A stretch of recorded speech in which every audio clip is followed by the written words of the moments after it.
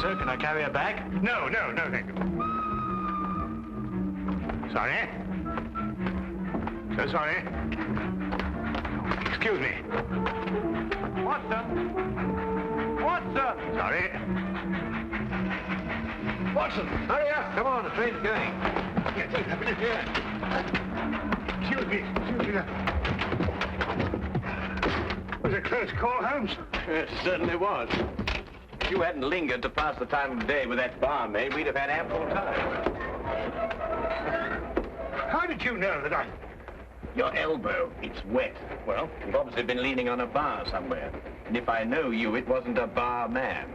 Was she pretty? Yes, he was a lovely young lady, as a matter of fact. Came from Lancashire. Hasn't been in London very long. Blinko Watson. Sardines Dalton! Oh, I say, what a small world it is. Oh, good old Blinko. Best smile of the school ever had. I say, oh, man, you're putting it on a bit here and there, aren't you? Oh, particularly there. Oh, well, you know. Say, Holmes, do you know sardines? How do you do, sardines? Did you say Holmes? Not Mr. Sherlock Holmes. Oh, I see you've been reading about him in the papers, what? Oh, can't read anything else these days except about that last case of yours, Mr. Holmes. Yes, well, that presented a bit of a problem at first, but we managed to nail him before the finishing line, didn't we, Holmes? Oh, we did, Blinko. You know, I wouldn't be at all surprised if you were going fishing. Yes, we're going to Witchenham, no? Why, of course. I'm living at our old family place, Forthingham. That's near Witchenham.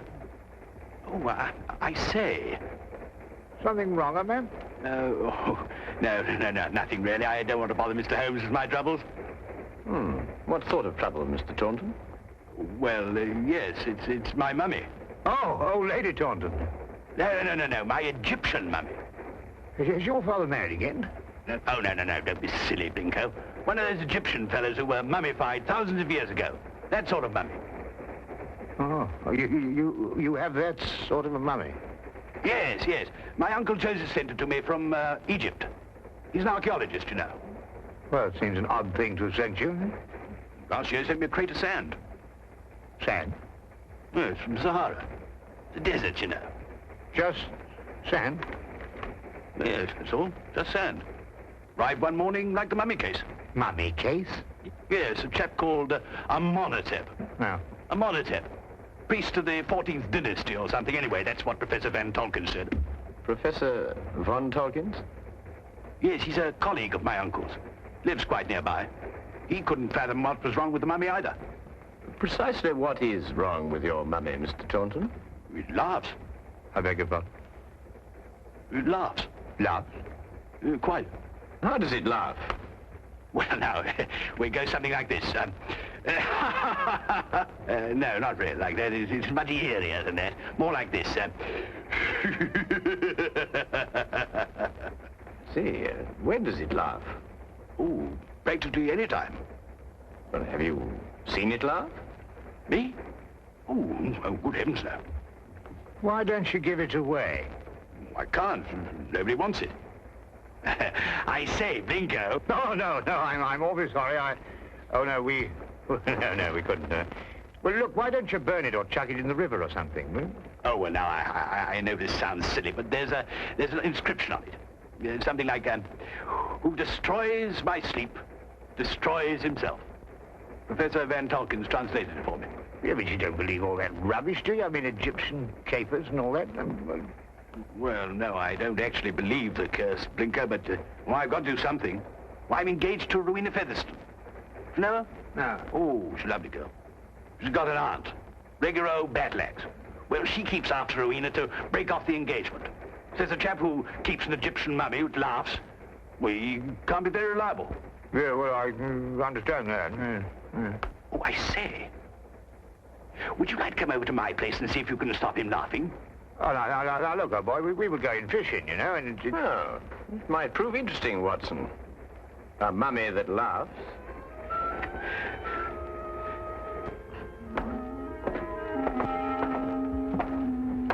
This is, Amenhotep. Well, he doesn't look as if he had much to laugh about. You wouldn't think so, would you? You wait till you hear him, Blinko. Frightening, positively frightening. 14th dynasty, I see. It's an exceptionally fine sarcophagus. I must say the funerary carvings of the 14th dynasty were the most beautiful ever known. Ah, yes. Amenhotep was a priest-warrior. And here's the curse. Yes. Who destroys by sleep, destroys himself. Makes you think, what? Ow.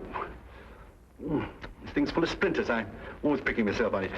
When did the mummy start laughing, Reggie? As soon as you received it 6 months ago? No, rather not. First, he was very well behaved. Quiet as a lamb, then he started in about a month ago. I see. I take it these are the other Egyptian trophies your uncle sent you. Yes, rather. I stick them all in this room here. I call it my Egyptian room. You know, I wouldn't like Uncle Joseph to come back and think I didn't appreciate the gifts he sent me. Pretty touchy about the things they dig up, these archaeological fellas. Yes, quite naturally.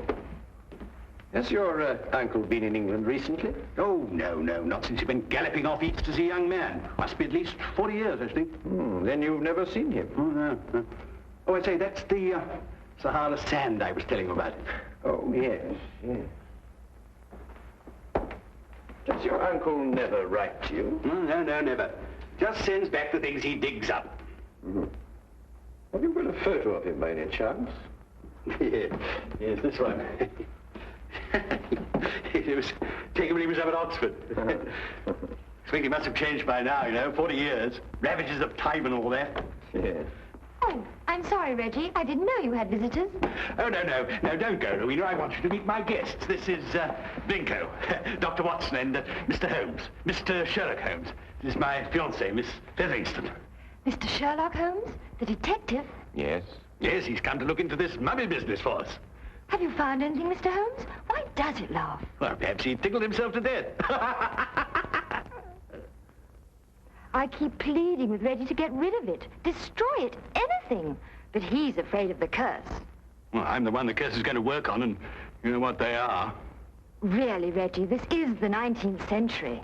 And Aunt Agatha wants to know when we're going to eat. She's famished. Woman's always famished. Please, Reggie, she is my aunt. Well, I suppose I shall have to cook dinner myself. Cook left last night, 4th of the month. Say, Blinko, you cook? Well, Reggie, you didn't invite Dr. Watson here to cook. I'll cook. Well, maybe I better do it myself after all. We'll both cook. Come on. How many of us are there? 5? No, 6. I've asked Professor Von Tolkins to dine. I say, if you'd like a glass of sherry or a brandy or soda or something, you'll find it all in the cupboard over there. Charming girl. I say, Holmes, let's finish up this matter in short order, eh? I hear the fish round about here absolutely snapping. I wonder. You wonder what? You find something, Holmes? No, I wonder if Miss Featherington can cook.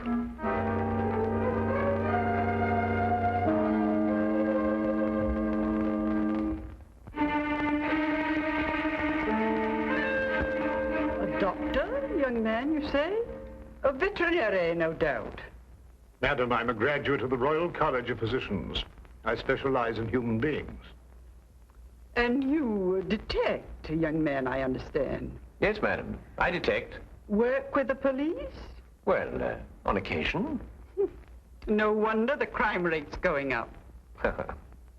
Rowena, do we or do we not eat? In the numbers, Auntie. We're bringing the food in. Reggie tells me you've recently come back from Egypt, Professor. Yes, Mr. Holmes. Just a few months ago. I have retired from active participation in Egyptology. I see. I understand that you met Reggie's uncle while you were out there. Yes, Professor Taunton and I excavated for a long time together in the valley of the Lower Nile. Is Professor Taunton still active? Yes, Joseph is engaged in important excavation at the present time. You must be very glad to see all your old friends and relations again, Professor, after all these years. I've been gone so long, Doctor. I no longer have friends. And I'm afraid even my family wouldn't recognize me. Well, here we are at last. Better late than never, I always say. Oh, please do help yourselves, everybody. Informality's the form. Local trout. We used an old recipe we found in a cookery book in the kitchen. Didn't we, Reggie? Yes, at least I think it was a cookery book. I read something about mixing nitrogen with hydrogen or something or other at the end of it. Oh, Lord. Well, this is splendid. I haven't had a decent, well-cooked fish like this in years.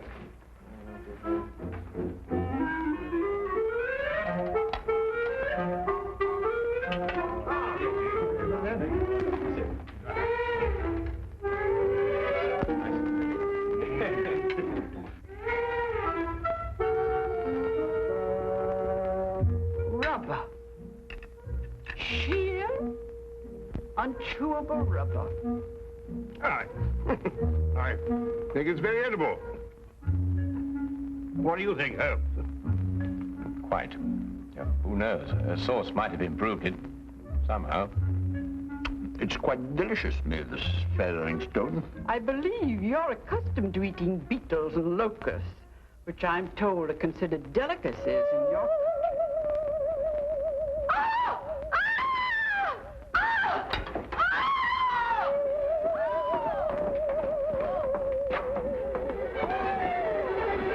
Take the other end, would you? Carefully, please. Carefully. Yep.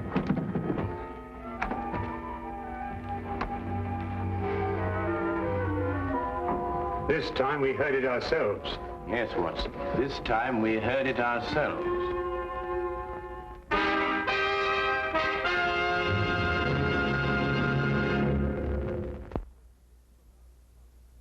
And now we return to the case of the Laughing Mummy. Of all the silly things I've been inveigled into by you, this is the silliest. There we are.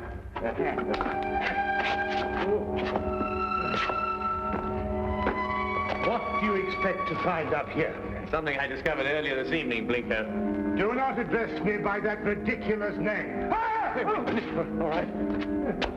All right, old chap. I'm all right now, but if I kill myself, I shall hold you personally responsible. Good. No, we managed it somehow.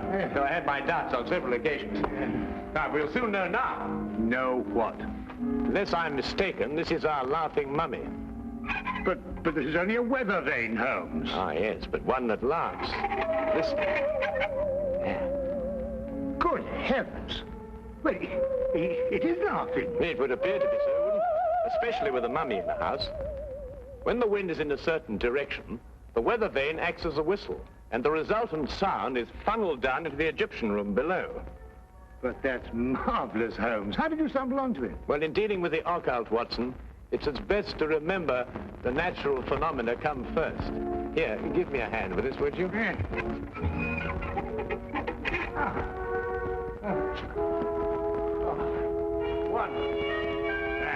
Wonderful. Now, be careful you come down, Holmes. Yes. Just be careful.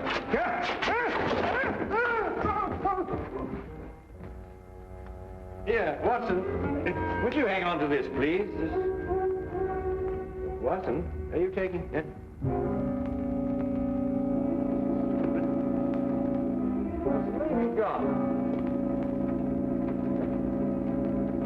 Watson? Watson? Watson?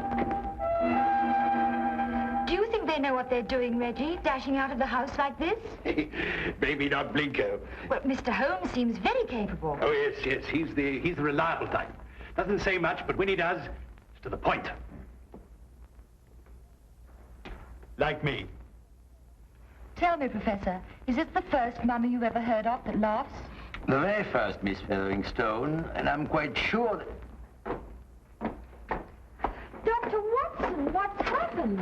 I slid off the roof. Landed in the rhododendron. Not my rhododendrons, Blinko. I've entered them in the local flower show. You may now withdraw your entry. Reggie, how long has this weather vane been on the chimney? Oh, about a month. I see. And it was about a month ago that the mummy started laughing. Yes, that's right, Mr. Holmes. It will now stop laughing. It was caused by the wind striking the weather vane, which then blew down the chimney and caused a sound which resembled a laugh. Well. Good heavens above. Mr. Holmes, how terribly clever of you. You found it out all by yourself? I, too, was on the roof, Miss Featheringstone. Oh, I know. I think you're both terribly clever. My compliments, Mr. Holmes. The simplicity of the explanation escaped us all, though I knew, of course, there was an explanation. Well, now we can all go and finish dinner. We've got something else coming, I think. Lamb, isn't it, Rowena? I think so. It's meat of some kind. Good. Oh, Reggie, Yes, Mr. Holmes? who stuck this on the chimney? Well, I did. It was lying about the place, so I stuck it up there to keep it out of the way. Oh, I see. Thank you. You know, I believe I'll miss him laughing. Made him human somehow. Almost chummy. Chummy mummy. Oh, well, that's another mystery we've solved, eh, Holmes? Yes, Watson. But in solving it, we've been confronted by a far deeper mystery. Eh? What do you mean? You may observe the sarcophagus is of the 14th dynasty, but the mummy itself is of a much later period. Well, perhaps they had an old box lying about when the chap died. Yes, possibly. But it would have to be lying about for a very long time.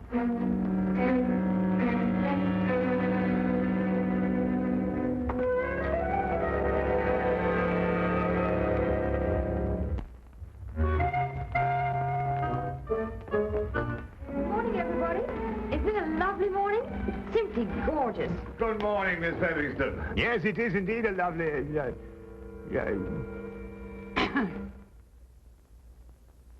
You look very refreshing, Miss Featherington. Very refreshing. And I am. No mummy laughing any longer, thanks to you, Mr. Holmes. Well, I say, what early birds we all are. Morning, everybody. Morning. God's in his heaven and all's right with the world and all that sort of thing, you know what? There's no need in invoking the name of the deity. I wasn't. I was quoting a bit of poetry or something. Shakespeare, I think it is. Tennyson, darling. Oh, really? Oh, yes. Actually, Miss Featherston, I think, if I'm not mistaken, it's a quotation from Robert Browning. Ben Ezra. Pippa passes, Watson. Oh, yes, of course, Pippa passes. I knew it was something like that. Good morning. Oh, good morning, Professor. Morning. Have a cup of tea or a baked egg or kipper or something here, what? No, thank you. I just wanted to return this book. Oh, I say it's awful decent of you, thank you. Oh, Professor von Torkins. Yes, Mr. Holmes? Reggie has a 14th dynasty vase in the Egyptian room, which rather puzzles me. I wonder if I could impose upon you to clarify a point for me? It would be my pleasure, Mr. Holmes. Should we see it now? If it wouldn't be too much trouble, Professor. Not at all. Thank you.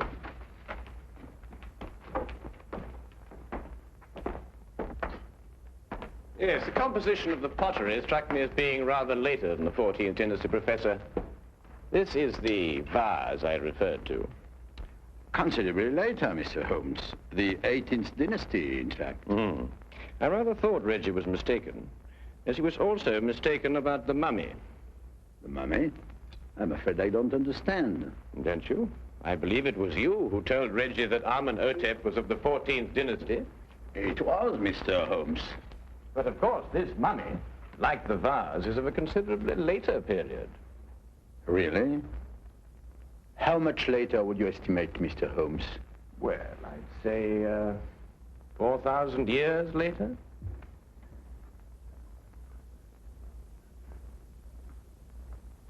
How did you determine that, Mr. Holmes? Well, the sarcophagus is obviously authentic. But the burial wrappings of the mummy itself are of a comparatively modern Egyptian weave. Expertly aged, I admit. I'd hoped the discrepancy wouldn't be noticed. Well, if it hadn't been for the coincidence of the weather vane, I should never have bothered to look at the mummy so closely. What do you propose to do, Mr. Holmes? I'm afraid, Professor, I have no alternative. Holmes, what are you talking about? Professor von Tolkien is, I regret to say, Watson, involved with murder. Murder? But who was murdered? Joseph Taunton, Reggie's Uncle Joseph. But how do you know? Where's the body? You are gazing, Watson, at the mummified remains. Oh, no, really. You're right, Mr. Holmes. This is Joseph Taunton. And if I killed him... What do you mean, if you killed him? I don't know. That sounds strange, doesn't it? Joseph Taunton and I were friends. We devoted our lives to excavating the glories of Egypt. And last year we discovered the tomb of Amenhotep. An untouched tomb, Mr. Holmes. Over 4,000 years.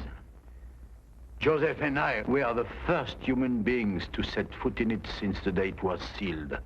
Can you imagine what that meant to us? Yes, I can understand that. Joseph was beside himself. He wanted to open the mummy case immediately, but it was wrong, Mr. Holmes. The case had to be opened carefully, delicately.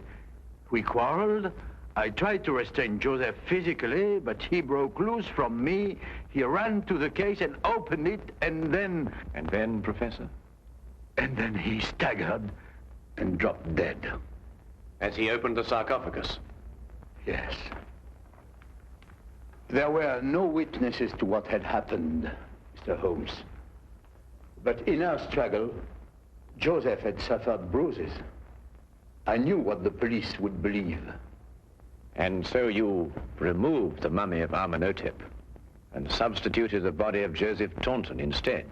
It was the only way I could get the body out of the tomb. Mr. Holmes, I didn't mean to kill Joseph. It was his heart. He always had a weak heart. You say he staggered, Professor. What did he do as he staggered? He grasped his throat as if he were choking. Watson, would you oblige me by removing the cover of the sarcophagus? Yes, of course.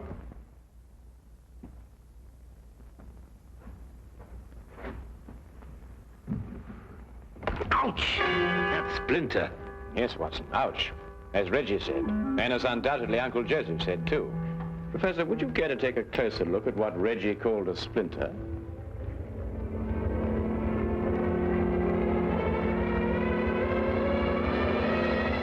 What? It's a hollow needle that would pierce the skin of anyone who touched it. But I don't understand. The curse of Amenhotep, and a hollow needle that contained the venom of an asp. The same snake poison that killed Cleopatra, and that killed your friend, Joseph Taunton. The most marked symptom of asp poisoning is suffocation. The victim instinctively clutches his throat. But then, it wasn't our fight. No. And traces of the poison may still be found in the body, even after mummification. I say, Holmes, you don't think there's any of that poison left in the needle, do you? Because, well, if so... The next few minutes will determine that, Watson. What? Well, how's old Amenhotep doing? I bet he's feeling down in the mouth now he's stopped laughing. You'll be glad to learn, Reggie, that the professor has offered to take the mummy off your hands. Oh, I say, that's awfully decent of you, Professor. What you going to do with him? But he's also considered giving it a fitting burial. Oh, of course. Now, why didn't I think of that? Do you realize what this means, Rowena? Now we can be married. That old... I mean, your aunt, well, she won't have a leg to stand on. But, darling, Aunt Agatha really likes you. She just pretends to think you're not very bright. Really? She likes me? I think so. Oh, well then. Let's go and tell her the good news. Thank you, Mr. Holmes. Not at all, Professor. Holmes! Holmes! What? What's the matter? Why, you look ill. It's the poison. I can't get my breath. No, relax, Watson, relax. If there'd been any poison left in that needle, Reggie would long since have joined his ancestors. Unfortunately, the curse only worked once. Oh. Ridiculous. That's all right. Oh, but Holmes. Oh, that's all very well, but I still can't get my breath. Not again. It's probably the food we've been subjected to. Yes, I myself would prefer some of that fish that you insist on pursuing up and down the waterways of England with such wild abandon. Yes, of course. Curse. Utter nonsense.